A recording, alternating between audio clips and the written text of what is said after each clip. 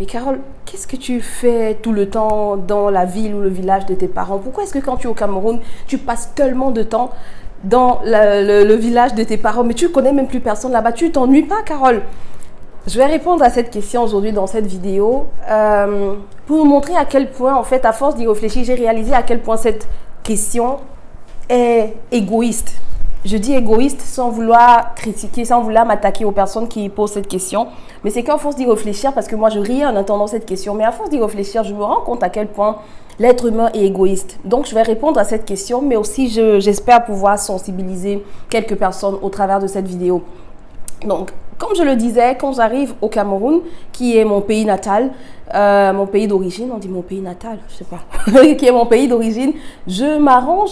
En tout cas, les dernières fois où j'étais là, je m'arrange depuis un certain temps, on va dire ça comme ça, à passer beaucoup plus de temps avec mes parents.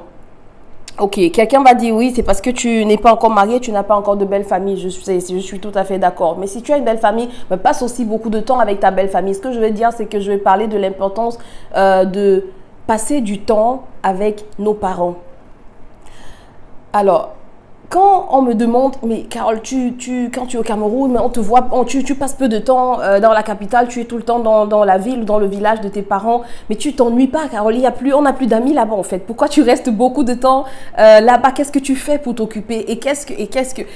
Et je me rends compte en fait, si tu reviens sur ces interrogations, tu vas te rendre compte que la plupart des questions tournent autour de qu'est-ce que toi tu as? Est-ce que tu ne t'ennuies pas? Qu'est-ce que tu gagnes dans tout ça? Qu'est-ce que ça t'apporte? Donc, on est tellement centré sur nous qu'en tant que personne qu'on ne pense pas que nos vies peuvent servir. On peut utiliser nos vies pour servir d'autres personnes. On peut utiliser nos vies, sacrifier entre guillemets notre volonté, nos désirs pour les mettre, pour faire du bien, pour faire plaisir à d'autres personnes. Qu'est-ce que je veux dire par là?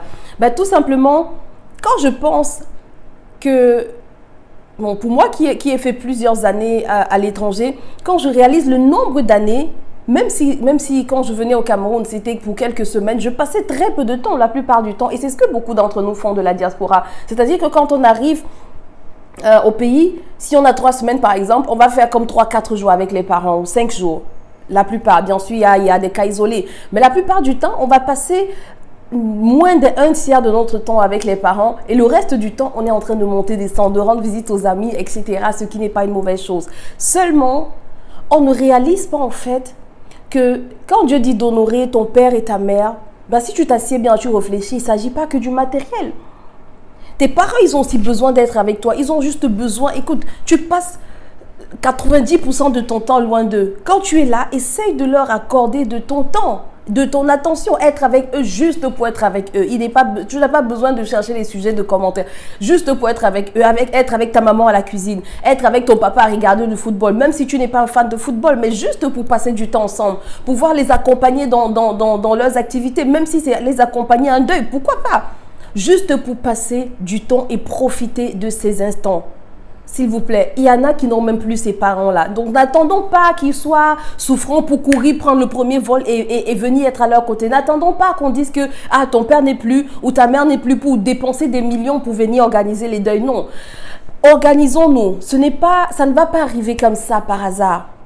Ça va arriver si tu le planifies, si tu le veux, si tu le désires profondément, si tu prends conscience surtout de l'importance de passer du temps et de profiter de tes parents et surtout de leur faire profiter aussi de ta présence si tu planifies les choses et si tu organises les choses. Donc pour répondre à cette question, Carole, qu'est-ce que tu fais dans la vie de tes parents, dans le village de tes parents? Tu n'as plus d'amis là-bas? Oui, tu as grandi là-bas, c'est vrai, mais attends, de un, c'est la ville où j'ai grandi, c'est-à-dire que il y a une certaine, mon enfance est attachée à cette ville-là, il y a une certaine nostalgie. Je n'ai pas grandi à Douala, je n'ai pas grandi à Yaoundé, pourquoi est-ce que je vais passer plus de temps là-bas? Ok, il y a des opportunités, il y a des affaires, etc. Oui, je vais aussi pour ça, mais la majeure partie de mon temps, je vais le passer dans la ville où j'ai des racines, où j'ai des connexions, où j'ai des souvenirs. Parce que c'est mes souvenirs, c'est mon enfance, ok? Ça, c'est de un, s'il fallait penser à moi. Maintenant, parlons des parents. Je n'ai pas besoin d'avoir des amis. Si mes parents sont au désert, je vais rester au désert. Je n'ai pas besoin d'avoir des amis. Soyons moins focalisés sur nous. Je vais passer du temps avec mes parents. Je vais juste rester avec eux. ok? J'ai pas besoin d'attendre. Et très souvent, on attend, pour ceux qui sont au pays et qui sont dans les grandes villes, qui ont des parents au village, ils vont attendre quand il y a des événements, des deuils, des réunions, des familles, etc. pour se déplacer, aller passer du temps avec leurs parents. Chers amis, n'attendons pas qu'il soit trop tard pour réagir. N'attendons pas qu'il soit trop tard pour regretter le fait qu'on n'ait pas investi suffisamment de temps pour les passer avec nos parents. Et une fois de plus, ça s'organise, ça se planifie. Parce que j'entends déjà quelqu'un dire, oui, Carole, mais toi, tu as la chance de pouvoir voyager souvent, régulièrement. Non, il n'y a pas de chance, ça s'organise, cher ami. Ah oui, ça s'organise. Il faut que tu planifies cela parce que si tu ne planifies pas, rien ne se fera. Il y a un adage qui dit que si tu ne planifies pas, si tu manques de planifier, ou si tu manques de planifier, c'est en anglais, j'essaie de traduire, si tu manques de planifier, tu es en train de planifier d'échouer. Donc, if you fail to plan, you plan to fail. Ok, donc ça se planifie et ça s'organise, il n'y a pas de chance. Oui, il y a la grâce de Dieu. Oui, Dieu me fait grâce. Mais je ne suis jamais restée comme ça, un billet d'avion m'est tombé du ciel. Je ne suis jamais restée comme ça, on m'a dit, ok Carole, comme tu travailles, tu apprends. Voilà, tu as 2 mois de congé et puis va voir tes parents. Ça s'organise, ça se réfléchit, ça se mûrit l'idée. Mais il faut déjà qu'il y ait de la volonté. C'est aussi des sacrifices, je précise, c'est important. C'est aussi des sacrifices. Être prêt à prendre de l'argent que tu as mis de côté pour pouvoir de temps en temps aller rendre visite à tes parents. Vois ça comme pour moi, c'est devenu comme un investissement. Donc, j'organise ça sur mon année. Donc, j'espère que cette vidéo interpelle plus d'une personne. Comme je disais, au-delà de la réponse, je passe du temps avec mes parents. Un point, c'est tout. Je n'ai pas besoin d'autres raisons. Oui, c'est la ville où j'ai grandi, mais j'ai besoin juste d'être avec mes parents. Un point, c'est tout. Et dis-toi une chose. Quand tu es avec tes parents, il y a des choses... J'en parlerai, ça fera l'objet d'une autre vidéo peut-être. Mais tu ne peux pas, il y a des choses que tu ne peux pas discuter avec tes parents. Il y a une certaine proximité qui se crée, qui se développe simplement quand on est là en fait. En plus de ça, il y a des choses que tu ne peux pas faire à distance. Je te prends un exemple, il y a des ménages en profondeur chez toi, des rangements que tes parents, à un certain âge, ils sont fatigués, ils ne vont plus pouvoir le faire. Et bien évidemment, c'est à nous de le faire. Ok, tu vas me dire, il y a la ménagère pour ça, on peut payer un domestique pour le faire. Oui, mais toi qui as grandi dans la maison, tu sais comment c'était avant.